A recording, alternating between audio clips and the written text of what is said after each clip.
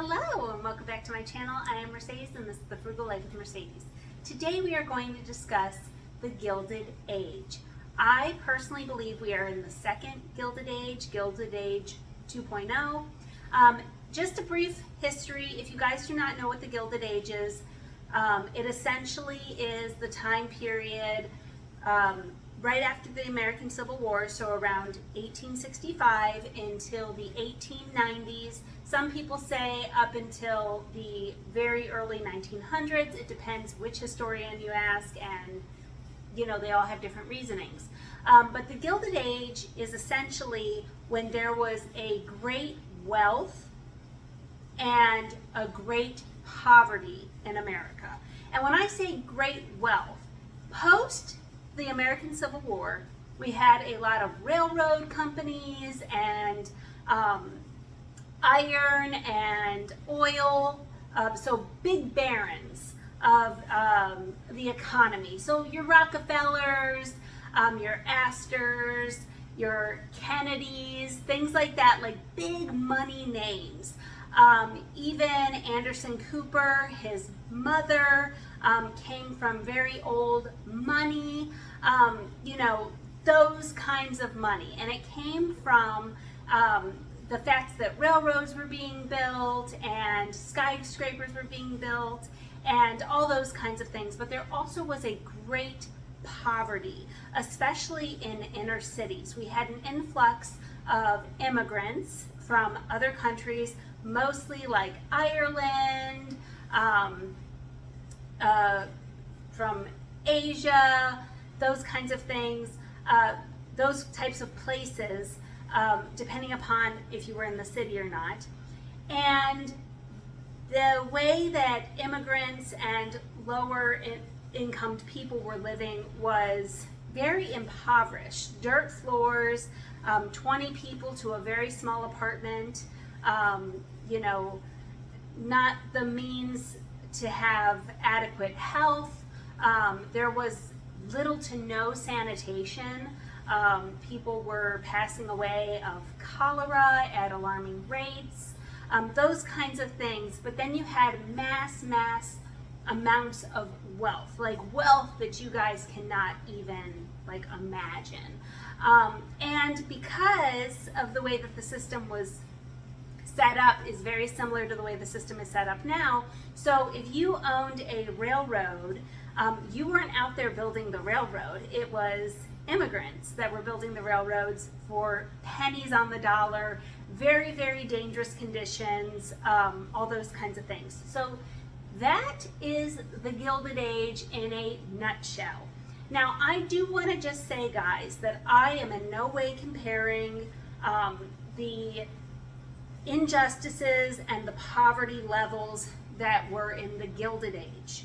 We do have poverty and injustice in today's time. It just looks different. It doesn't mean that it's okay now or that it was okay then, but obviously most people in America, I'm going to say most because I know for a fact that not everyone, most people in America nowadays have access to running water and decently clean living situations, although there are parts of the country that do not, but I'm not going to get into that in this particular video. But I just want to say that I am not saying that the level of poverty then looks different than the level of poverty now, but there are similarities. However, nowadays we have tech companies. We have people that came into money through computers and delivery services and like your Amazons and your Microsoft and your Apple, those kinds of things. But then we still have people that are struggling for basic necessities. So I believe that we are in the Gilded Age. It's just Gilded Age 2.0 because there is too many similarities. We also have just ended most of our involvement in a war that we were involved in for, as they say on the news, 20 years. But if you go back even further, we've been involved in similar things in similar places for much longer. And because of the tech companies, and the booming of that kind of money, and the or even social media. We have a ton of people who became very famous and very rich from reality TV shows and from social media influencers, different things like that. So there's a lot of similarities. Now, what happened after the Gilded Age, the original? Then you had the Progressive era, and the Progressive era was from about 1890s until about 1920-ish. And again, it depends on the historian you ask. Some historians believe that the Gilded Age lasted until at least 1900. Others believe that it ended around 1930. It just depends on who you ask and their opinion of the situation. So the Progressive era was essentially a time of great social and economic reform. So as I said, you had a lot of people living in extreme poverty, and their working conditions were deplorable. They were not compensated well. They were not offered access to safe working conditions. Also, you had a lot of people, I didn't mention this, that were working in factories, and it was a lot of children. There were a lot of children that were leaving school at 8 and 9 years old during the Gilded Age and were working in factories, very, very dangerous work. And they would be working 12-hour days. And anybody working in these factories, whether it was children or grown people, they were subjected to horrible treatment by their bosses and superiors, not allowed to take bathroom breaks. They would be accosted, especially women, they would be accosted by their bosses and their superiors, and nothing was done about it, like at all. If anything, they lost their job for being that kind of woman. You know, and these children were having to leave school and have no education.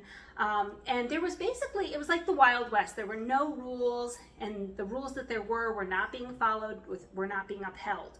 So when you had the Progressive era, they started making changes. And when I say they, I mean the people. The people started saying, we want change.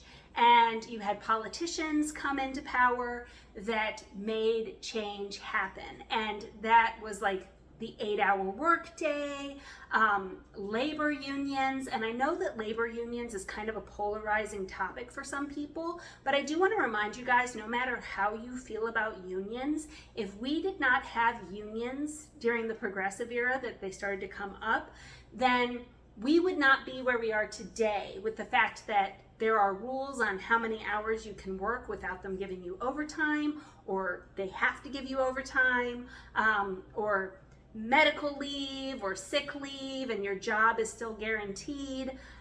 Safe conditions, especially in places like factories. There are rules and regulations, and that has a lot to do with the Progressive era and the standards that were put down then. The fact that you had to be a certain age to work in these factories, and they had to be neat and tidy and maintained, and workers had to be treated a certain way. Now, do I agree with the way that workers are treated now? Absolutely not. But it is beyond, it is so much better than what it was. Doesn't mean that we can't improve it, but just imagine working a 12-hour day and not being allowed to use the restroom and being 9 years old. Like, that is like mind-blowing, but that was going on in this country. So if you see where I'm going here, if we are in the second Gilded Age, the next era would be the Progressive era. So I believe that after some time, I'm not really sure when, I'm not going to make a prediction, but since we are in the Gilded Age, in my opinion, I think next will be the Progressive era again, which means great social and economic change. That means all of us regular folks, most of us, I'm going to speak for most of us, are not happy with the way things are. The cost of living is just really, it's unacceptable. And the the disparity between the rich and the poor is becoming so much more of a gap. We like to think as Americans that there is a middle class, but the middle class is basically becoming non-existent. There are the haves and the have-nots, and there is a group of people that are holding on to the fact that they are middle class. I'm somewhere in the middle. And I have to say that my partner and I, we feel that way. We feel like we're somewhere in the middle class and we're just trying to hold on for dear life.